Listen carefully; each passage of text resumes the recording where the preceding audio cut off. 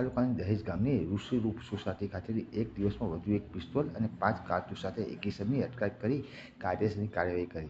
બનાવની પ્રાપ્ત દહેજ પોલીસ મથકથી મળતી માહિતી અનુસાર દહેજ પોલીસે ગતરોજ વડોદરા ગામ પાસે આવેલ new India acid private limited company ખાતેથી દેશી હાથ બનાવટની એક તમંચો તથા 1 નંગ જીવતા કારતૂસ સાથે તમંચો લાવનાર અને મંગાવનાર 2 લોકોની ધરપકડ કરી કાયદેસરની કાર્યવાહી હાથ ધરી।